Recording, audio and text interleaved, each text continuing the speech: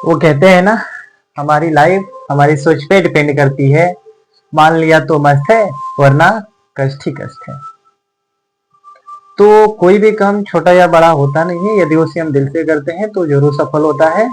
तो इसी के साथ हम स्टार्ट करते हैं आज का अपना दूसरा लेक्चर, जो है कार्बनिक यौगिक हम पढ़ रहे हैं। और पिछला लेक्चर में हम लोग कंप्लीट कर लिए थे कि किस प्रकार कार्बनिक यौगिकों का वर्गीकरण किया जाता है। और इस लेक्चर में हम कवर करने वाले हैं कि किस प्रकार कार्बनिक यौगिकों का हम नामकरण करेंगे। तो नमस्कार, मैं हूं प्रिंस कुमार मौर्य और मैं आपको पढ़ाने वाला हूं ऑर्गेनिक केमिस्ट्री। और आज ये हमारा दूसरा लेक्चर है। पहले लेक्चर में हम लोगों ने पढ़ा था कि किस प्रकार कार्बनिक यौगिकों का वर्गीकरण किया जाता है। जो हम ऑर्गेनिक कंपाउंड्स था उनका हम कैसे क्लासिफिकेशन किए थे। तो क्लासिफिकेशन दो भागों में किया था हमने। पहला किया था सैचुरेटेड ऑर्गेनिक कंपाउंड और दूसरा था अनसैचुरेटेड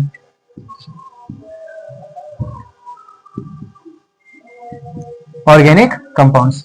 तो वर्गीकरण में हम लोगों ने ऑर्गेनिक कंपाउंड्स को दो पार्ट्स में डिवाइड किए थे, सैचुरेटेड संतृप्त और असंतृप्त कार्बनिक यौगिकों में वर्गीकरण किया था। आज जनरली हम देखते हैं कि क्या होता है कि जब भी हम कार्बन की बात करते हैं तो वहां पे हाइड्रोजन का भी जिक्र किया जाता है, क्योंकि मैक्सिमम लगभग सारी ऑर्गेनिक कंपाउंड्स हाइड्रोकार्बन ही होती हैं, मतलब हाइड्रोजन और कार्बन से बनी यौगिक ही होती हैं। तो सबसे पहले हम ये देखते हैं कि हाइड्रोकार्बन्स क्या होते हैं, फिर उसके बाद करते हैं इसका नामकरण। तो सबसे पहले हम समझेंगे कि हाइड्रोकार्बन्स होते क्या है। देखिए ये है, इसमें हम जब पढ़ेंगे नामकरण, तब इसमें हम क्या करेंगे, इसको हम स्टेप बाय स्टेप अलग अलग वीडियो में डिवाइड करते जाएंगे। पहले वीडियो में हम क्या करेंगे कि ऑर्गेनिक कंपाउंड्स के नामकरण के लिए सारा डाटा इकट्ठा कर लेंगे, फिर उसके बाद हम नामकरण करने का प्रयास करेंगे। तो सबसे इस वीडियो में हम केवल और केवल डाटा इकट्ठा करने का ही प्रयत्न करेंगे। इसमें देखिए सबसे पहले जो नामकरण हम करेंगे, इस नामकरण में सबसे पहले तो हमें पहचानना पड़ेगा कि कौन सैचुरेटेड कंपाउंड है और कौन अनसैचुरेटेड कंपाउंड है। तो उससे पहले हम समझ लेते हैं कि हाइड्रोकार्बन्स होते क्या है। तो हाइड्रोकार्बन नाम से ही समझ में आ रहा है कि हाइड्रो मतलब हाइड्रोजन, कार्बन मतलब कार्बन ही रहेगा। मतलब हाइड्रोजन और कार्बन से बने कंपाउंड्स को हाइड्रोकार्बन कहते हैं। हाइड्रोजन और कार्बन से बने कंपाउंड को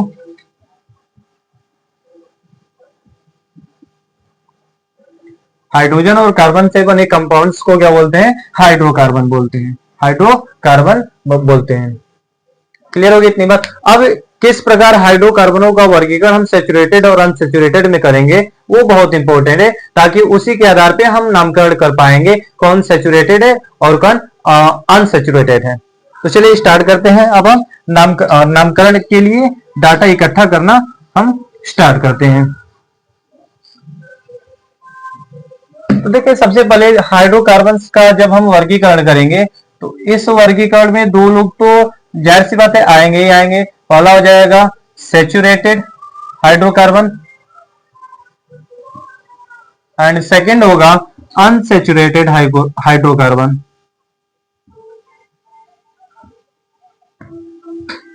पहला हो जाएगा सैचुरेटेड और दूसरा हो जाएगा अनसैचुरेटेड। अब देखिए सैचुरेटेड का मतलब क्या होता है, बताए थे संतृप्त कार्बन कार्बन के बीच में सिंगल बॉन्ड बनेगा, और अनसैचुरेटेड का मतलब होता है असंतृप्त, यानी कार्बन कार्बन के बीच में डबल या ट्रिपल बॉन्ड बनेगा। यानी जब मल्टी बॉन्डिंग बनती है तो अनसैचुरेटेड, जब सिंगल बॉन्डिंग होती है तो सैचुरेटेड। तो यहां पे हम क्या देखेंगे, जो सैचुरेटेड होता है इसमें सिंगल बॉन्ड बनता है।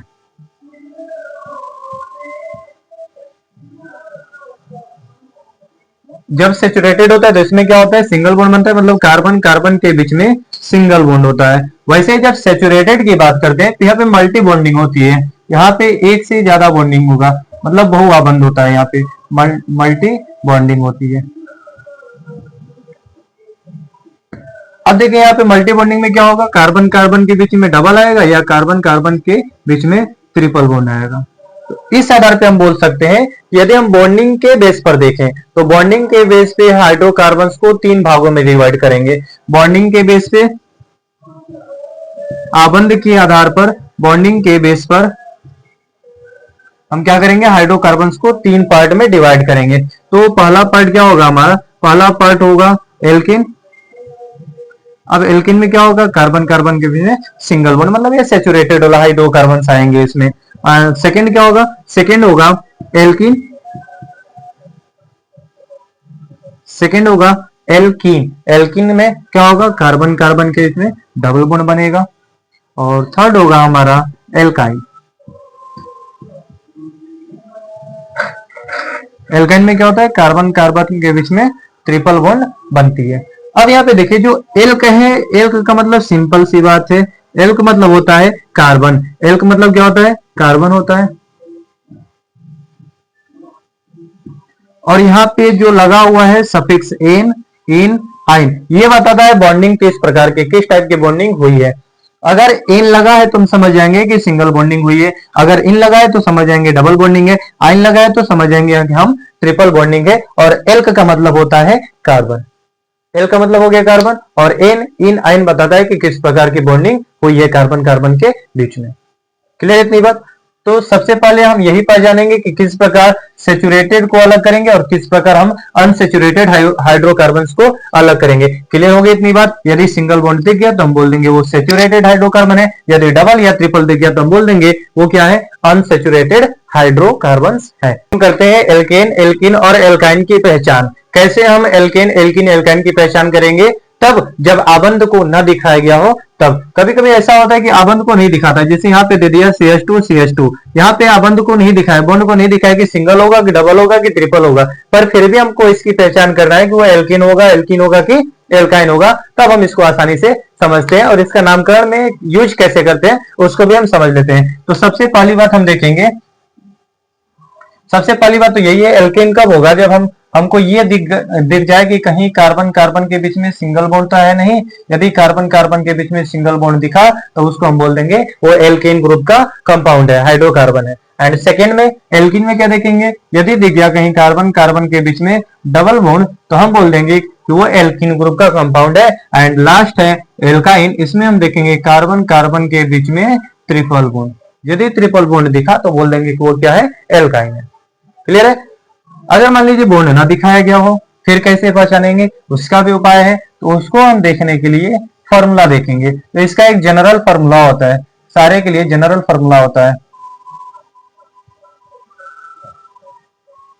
जो एल्केन का जनरल फॉर्मूला होता है वो होता है CnH2n+2। यहाँ पे जो n है वो नेचुरल नंबर में बिलोंग करता है, 1 2 3 4 ऐसे ही चलता जाएगा। और ये जो n है ये डिफाइन करता है कि कार्बन की संख्या कितनी होगी। ये किसे बताता है, ये बताता है कि कार्बन की संख्या कितनी होगी। यदि n बराबर 1 रखेंगे तो कार्बन की संख्या 1 होगा, n बराबर 2 रखेंगे कार्बन की संख्या 2 होगा, 3 रखेंगे 3 होगा। तो ये हो गया जनरल फॉर्मूला एल्केन का। वैसे ही सेम होता है जनरल फॉर्मूला एल्कीन का, वो होता है CnH2n, और एल्काइन का होता है CnH2n-2। ये हो गया एल्काइन का। अब इसका मतलब समझ लेते हैं। इसमें बताया गया है कि जितना कार्बन होगा उसके दोगुने से दो ज्यादा हाइड्रोजन आएगा। फिर से एल्केन में क्या होता है, एल्केन में ये बताया जाएगा कि जितना कार्बन होगा हमारे पास उसके दोगुने से दो ज्यादा हमको हाइड्रोजन मिलेगा। सॉरी। और उसी तरह एल्किन में क्या बताया जाएगा कि जितना कार्बन हमारे पास होगा उसका दोगुना हाइड्रोजन जरूर होगा। जितना कार्बन उसका दोगुना हाइड्रोजन, जितना कार्बन उसके दोगुने से दो ज्यादा हाइड्रोजन रहेगा तो एल्केन होगा, जितना कार्बन उसके दोगुना हाइड्रोजन रहेगा तो एल्किन होगा। और एल्काइन में क्या होता है, जितना कार्बन उसके दोगुने से दो कम हाइड्रोजन रहेगा। समझ में आया। जितना कार्बन उसके दोगुने से दो ज्यादा हाइड्रोजन रहेगा एल्किन होगा, जितना कार्बन उसका दोगुना हाइड्रोजन रहेगा एल्किन होगा, और जितना कार्बन उसके दोगुने से दो कम हाइड्रोजन रहेगा तो एल्काइन होगा। क्लियर इतनी बात। एक एक एग्जांपल से समझ लेते हैं, फिर उसके बाद आगे चलते हैं। जैसे मान लीजिए हमारे पास दिया है C2H6 और हमको पहचान करना है ये कौन सा कंपाउंड है, एल्किन है, एल्किन है, एल्काइन है। तो सबसे पहले हम क्या देखेंगे, कार्बन की संख्या कितना दिख रहा है। तो कार्बन की संख्या दिख रहा है 2, मान लेंगे n बराबर क्या हो गया 2। तो आप चेक करेंगे जब कार्बन 2 है तो हाइड्रोजन कितना होना चाहिए, दोगुने से दो ज्यादा होना चाहिए। चेक कर लेते हैं। तो 2n+2 रख के देखिए कितना हाइड्रोजन होगा। 2 n की जगह पे 2 पुट करेंगे प्लस 2, 2 या 4, 4 2 मिलकर हो जाएगा 6। अब देखिए क्या हाइड्रोजन 6 दिख रहा है? हाँ सर दिख रहा है। मतलब अगर इस फॉर्मूले पे लाई कर जाता है, मतलब इस फॉर्मूले को फॉलो कर देता है, मतलब ये क्या हो जाएगा? एल्कीन होगा। एल्केन की पहचान हम ऐसे करते हैं, सबसे पहले हम कार्बन की संख्या ढूंढ लेंगे तो हाइड्रोजन का पता चल जाएगा। वैसे इसकी पहचान करते हैं, जैसे हमारे पास दिया है C3H6, मान लीजिए ये दिया हुआ है, ये कंपाउंड है। अब इसकी पहचान करना है, हमको नहीं पता इसमें कैसा बॉन्डिंग है, नहीं दिखाया गया है। नहीं दिखाया गया तो कैसे हम पहचानेंगे कि क्या है? तो इसको पहचानने के लिए हम करेंगे फॉर्मूला अप्लाई। अब देखिए कार्बन कितना दिख रहा है, जितना कार्बन उसका दोगुना हाइड्रोजन दिखेगा तो हम बोल देंगे एल्कीन है। देखिए यहाँ पे कार्बन दिख रहा है, मतलब यहाँ पे एन का मान क्या हो गया? 3। तो हाइड्रोजन कितना हो जाएगा? कार्बन है 3, तो हाइड्रोजन कितना होना चाहिए? जो भी कार्बन होगा उसका दोगुना होना चाहिए, 2 गुणे 3 यानी 6। दिख रहा है यहाँ पे 6 है, मतलब जितना कार्बन है उसका दोगुना हाइड्रोजन, मतलब ये क्या होगा? 100% एल्कीन होगा। ये क्या होगा? एल्कीन होगा। सेम यहाँ पे देखिए, जैसे हम यहाँ पे लिख देते हैं C2H2। अब ये क्या है? ये कौन सा कंपाउंड है? इसको चेक कर लेते हैं। इसको चेक करने के लिए हम ढूंढेंगे कार्बन की संख्या। कार्बन की संख्या कितनी दिख रही है सर? 2 दिख रही है, n बराबर 2 हो जाएगा, मतलब कार्बन की संख्या n बराबर 2। हाइड्रोजन को चेक कर लेते हैं कितना होगा? 2 गुने से 2 कम, 2 गुने से 2 कम, 2n माइनस का 2, 2 n की जगह पुट करेंगे 2 माइनस का 2, आंसर आएगा 2 2 या 4 माइनस का 2 2। क्या हाइड्रोजन 2 दिख रहा है? दिख रहा है सर। तो ये क्या हो जाएगा? ये हो जाएगा हमारा एल्काइन। आई होप आपको इतनी बात क्लियर हो गई होगी कि कैसे हम सैचुरेटेड और अनसैचुरेटेड में हाइड्रोकार्बन्स को डिवाइड करेंगे, अलग अलग करेंगे, क्लासिफाई करने आ गया। एल्केन कौन होगा, एल्किन कौन होगा और एल्काइन कौन होगा। इतनी बात क्लियर होगी। अब हम देखते हैं कि कार्बन की संख्या बढ़ती है, कम होती है, या कार्बन की संख्या जब बदलती है तो उसका नामकरण हम कैसे करते हैं। पहले तो हम पहचान कर लिए, पहचान करने के बाद अब उसका नाम करेंगे हम। तो उसका नाम कैसे देंगे हम? तो उसका नामकरण करने के लिए हमको ये पहचानना पड़ेगा, एक कार्बन होगा तो उसका नाम क्या होगा, 2 होगा तो उसका नाम क्या होगा, 3 होगा तो उसका नाम क्या होगा। उससे पहले एक और इंपॉर्टेंट बात हम बता देते हैं इसी में, यहीं पे, कि यदि वो हमको पहचान में आ गया कि वो एल्केन है, यदि पहचान में आ गया कि जो हमारे पास कंपाउंड दिया गया है वो एल्केन है, तो एल्केन के लिए, एल्केन की पहचान को दिखाने के लिए हम बस कुछ नहीं करेंगे, कार्बन की संख्या का नाम लिखने के बाद में तुरंत उसका सफिक्स लगा देंगे, अनुलग्न लगा देंगे। और इसका अनुलग्न क्या होता है अभी हम बताएं आपको, एन होता है। तो क्या करेंगे, कार्बन के संख्या का नाम लिखने के बाद जस्ट उसको बोलते हैं वर्ड रूट, जो कार्बन की संख्या को प्रदर्शित करता है। इसके जस्ट बाद हम क्या लगा देते हैं, एन लगा देते हैं। ये आगे बताएंगे क्या होता है वर्ड रूट, इसके जस्ट बाद बता देंगे। तो एल्केन में हमको यूज क्या करना है, एन लगाना है। ये सफिक्स का काम करता है, अनुलग्न का काम करता है, इसको याद रखिएगा। ये क्या है, सफिक्स अनुलग्न। इसको क्या बोलते हैं हम, सफिक्स बोलते हैं, अनुलग्न बोलते हैं। एल्केन में एन लगेगा तो एल्कीन में क्या लगेगा, एल्कीन में लगेगा सर वर्ड रूट प्लस इन। देखिए क्या आ रहा है, इन आ रहा है। एल्क मतलब कार्बन, कार्बन का नाम लिखने के बाद हम इन लगा देंगे तो क्या हो जाएगा, एल्कीन हो जाएगा। वैसे ही सेम यहाँ पे वर्ड रूट लिखेंगे, word root plus yne, y n e, yne लगा देंगे। क्लियर हो गया इतनी बात, तो इसको नोट कीजिए। फिर उसके बाद देखते हैं हम कार्बन के संख्या के आधार पर उसका नामकरण हम कैसे करेंगे। तो चलिए हम स्टार्ट करते हैं। अब यहाँ पे हम क्या देखेंगे कि कार्बन के संख्या के लिए, कार्बन की संख्या के लिए उसका नाम क्या होने वाला है। एक कार्बन नाम क्या होगा, 2 कार्बन नाम क्या होगा, 3 कार्बन नाम क्या होगा। इस प्रकार कार्बन की संख्या के आधार पर उसका हम नामकरण करेंगे। तो यहाँ से स्टार्ट करते हैं। सबसे पहले 2 कॉलम बनाएंगे, एक और लिखेंगे कार्बन की संख्या, कार्बन की संख्या, और दूसरी तरफ लिखेंगे वर्ड रूट, उसका नाम क्या होने वाला है, वर्ड रूट बोले तो मूल शब्द, number of carbon and its word root. अगर कार्बन 1 रहा, मतलब कार्बन की संख्या 1 रही, तो इसका नाम क्या होने वाला है। कार्बन की संख्या 2 रही, तब इसका नाम क्या होने वाला है। 3 पे क्या होगा, C4, C5, C6, C7, C8, C9, C10, C11, C12, C13, C14 dot dot dot C20। हम 20 तक देख लेते हैं कि इसका नाम क्या होने वाला है। क्लियर है, बाकी सब बता देंगे, अब ट्रिक से भी निकाल सकते हैं। तो अब हम देखते हैं, यदि कार्बन की संख्या 1 रही, यदि कार्बन की संख्या 1 रही तो इसका नाम होने वाला है मेथ। नाम क्या होने वाला है, मेथ। 2 रहेगा तो बोलेंगे एथ, 3 रहेगा तो बोलेंगे प्रोप, 4 कार्बन की संख्या रहेगी तो बोलेंगे हम ये है ब्यूट। 5 पे बोलते हैं पेंट। 6 के लिए यूज करेंगे हम हेक्स। 7 के लिए यूज किया जाएगा हेप्ट। 8 के लिए यूज किया जाएगा ऑक्ट। 9 के लिए नॉन। 10 के लिए यूज करेंगे डेक। 11 के लिए यूज करेंगे अनडेक। अन मतलब होता है 1, अनडेक 1 10 11। 12 के लिए यूज करेंगे हम दो डेक। दो डेक 10। 13 के लिए यूज करेंगे ट्राइडेक। Try 3 deck 10 13। 14 के लिए यूज करेंगे टेट्राडेक। टेट्राडेक 15 रहेगा तो पेंटाडेक। 16 रहेगा तो हेक्साडेक। 17 रहेगा हेप्टाडेक। 18 रहेगा ऑक्टाडेक। 19 रहेगा तो नोनाडेक। और 20 रहेगा तो इसके लिए यूज करते हैं हम आइकोस। इसके लिए क्या यूज करते हैं हम आइकोस, इसको याद रखिएगा। 19 के लिए क्या यूज किया जाता है आइकोस किया जाता है। ये हो गया कार्बन के संख्या के आधार पे मूल शब्द क्या होगा कार्बन का। फिर से देख लेते हैं। कार्बन की संख्या एक रहे तो मेथ, 2 का एथ, 3 का प्रोप, 4 का ब्यूट, 5 पेंट, 6 हेक्स, 7 हेप्ट, ऑक, 8 रहेगा तो ऑक, 9 रहेगा तो नॉन, 10 का डेक हो जाएगा, 12 का हो जाएगा डोडेक, 20 का हो जाएगा आइकोस। ऐसे तो याद हो भी सकता है पर प्रैक्टिस करेंगे तो जाहिर सी बात है याद हो ही जाएगा। तो प्रैक्टिस करना ही अपने आप में एक अलग अभ्यास ही होता है। तो उसको जब हम प्रैक्टिस करते जाएंगे तो कोई भी चीज आसान होती चली जाती है। तो चलिए इसको नोट कीजिए, फिर आगे देखते हैं हम कुछ एग्जांपल्स देख लेते हैं, फिर उसके बाद हम करेंगे नामकरण। फिर अगला डाटे के ओर चलेंगे। ये हो गया हमारा तीसरा पॉइंट, फिर चलेंगे अगला पे। तो फिलहाल कुछ एग्जांपल्स देख लेते हैं छोटा सा, फिर उसके बाद आगे हम बढ़ेंगे। सबसे पहला एग्जांपल हम ले लेते हैं एकदम छोटा सा एग्जांपल, CH4, C2H4, C3H4,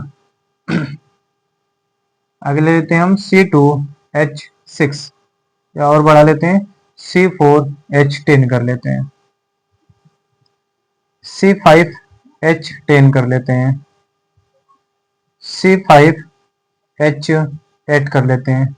चलिए इन सब का हम नामकरण करते हैं। तो नामकरण करने के लिए सबसे पहले हम क्या पहचानेंगे, सबसे पहला काम आपको बोले पहचानने के लिए हम पहचानेंगे सैचुरेटेड है अनसैचुरेटेड है। ठीक है, तो पहचानेंगे क्या, हम सबसे पहले पहचानेंगे सैचुरेटेड एल्केन। एल्किन एल्काइन कौन है, तो इसको चेक करेंगे क्या ये एल्केन है, एल्केन है। तो एक बात याद रखिएगा, सिंगल कार्बन का हमेशा एल्केन ही बनता है। तो ये सिंगल कार्बन दिख रहा है मतलब ये तो एल्केन होने वाला है। ये क्या होने वाला है, एल्कीन होने वाला है। इसकी पहचान करेंगे, क्या दिख रहा है यहाँ पे, जितना कार्बन है उसका डबल क्या है हाइड्रोजन है, मतलब ये तो एल्कीन होने वाला है। ये क्या हो गया, एल्कीन हो गया। यहाँ पे चेक कीजिए, जितना कार्बन है उसके दोगुने से दो ज्यादा नहीं है, उसके दोगुने के बराबर नहीं है, उसके दोगुने से दो कम है। जब दोगुने से दो कम होता है तो क्या होता है, एल्काइन होता है। दोगुने से दो कम एल्काइन, दोगुने से दो कम एल्काइन। वैसे यहाँ पे देखिए C4H10, दो गुना से दो ज्यादा, दो गुना से दो ज्यादा क्या होता है, एल्कीन होता है। यहाँ पे गौर कीजिए, दो गुना है 5, 5 2 जा 10, दो गुना है एल्कीन हो जाएगा, क्या हो जाएगा, एल्कीन। सेम यहाँ पे देखिए, दोगुने से दो कम, दोगुने से दो कम क्या होता है, एल्काइन होता है। तो यहाँ पे क्या हो जाएगा, एल्काइन। आई होप आपको इतनी बात क्लियर होगी। अब इसके बाद देखते हैं कि नामकरण कैसे करें। नामकरण के लिए सिंपल सी बात है, पहचान लिए कौन सैचुरेटेड कौन अनसैचुरेटेड। एल्केन एन लगाएंगे, एल्कीन इन लगाएंगे, एल्काइन में आइन लगाएंगे। तो अब देखते हैं हम कार्बन की संख्या के आधार पे इनका वर्ड रूट क्या होने वाला है। यहाँ पे दिख रहा है वन कार्बन, वन कार्बन के लिए यूज क्या करते हैं हम, मेथ यूज करते हैं। वन कार्बन के लिए मेथ। फॉर्मूला क्या है हमारा, फॉर्मूला है लिखेंगे वर्ड रूट एल्किन रहेगा तो एन जोड़ेंगे, एल्किन रहेगा तो इन जोड़ेंगे, एल्काइन रहेगा तो आइन जोड़ेंगे। तो ये तो एल्केन है, एन जोड़ेंगे तो ये हो गया एक कार्बन का मेथ, और इसमें जोड़ देंगे हम एन। तो नाम क्या हो गया इसका, मेथेन। नाम क्या हो गया, मेथेन। क्लियर है। अब दूसरा देखते हैं क्या दिख रहा है, एल्किन। एल्किन जोड़ना क्या है, इन। उससे पहले हमको क्या जोड़ना है, एल्क। एल्क मतलब कार्बन की संख्या। दो कार्बन के लिए वर्ड रूट क्या होता है, दो कार्बन के लिए सर वर्ड रूट होता है एथ। यहाँ पे यूज क्या करेंगे हम, एथ। फिर इन उठा के लगा देंगे यहाँ पे, ये क्या हो जाएगा, एथीन। क्या हो जाएगा, एथीन। फिर उसके बाद एल्काइन है, आइन लगाना है। उससे पहले तीन कार्बन का वर्ड रूट प्रूफ होता है, यहाँ पे लिखेंगे प्रूफ, इसमें जोड़ देंगे आइन, क्या हो जाएगा, प्रोपाइन हो जाएगा। हो गया प्रोपाइन। फिर उसके बाद आगे देखेंगे एल्केन है, एल लगाएंगे, उससे पहले C4 के लिए ब्यूट, क्या यूज करते हैं हम, ब्यूट, एन जोड़ेंगे क्या हो जाएगा, ब्यूटेन। क्या हो गया, ब्यूटेन। सेम 5 कार्बन पेंट, यहाँ पे यूज करेंगे हम पेंट, हो गया पेंट। फिर क्या है, एल्कीन है, इन जोड़ देंगे क्या हो जाएगा, पेंटीन हो जाएगा। सेम यहाँ पे 5 कार्बन पेंट ही होने वाला है, लिखेंगे पेंट, एल्गाइन है, आइन जोड़ दीजिए क्या हो गया, पेंटाइन। क्या हो गया, पेंटाइन। क्लियर इतनी बात, आई होप इतने बात क्लियर होगी। फिर उसके बाद हम देखेंगे किस प्रकार अलग अलग फंक्शनल ग्रुप आने के बाद उसका नाम क्या होने वाला है, प्रीफिक्स क्या यूज होने वाला है, सफिक्स क्या यूज होने वाला है, तो उसको हम देखेंगे नेक्स्ट लेक्चर में। तब तक के लिए आप इतना कवर कर लीजिए। आप पहला वीडियो नहीं देखें तो उसको जरूर देख लीजिएगा, दूसरा भी कंप्लीट हो गया है और ये भी आपको कल तक अपलोड मिल जाएगा। ठीक है, तब तक के लिए आप इतना ही डाइजेस्ट कीजिए, फिर उसके बाद हम अगले आने वाले अगले लेक्चर में हम कुछ अलग देखेंगे। ठीक है।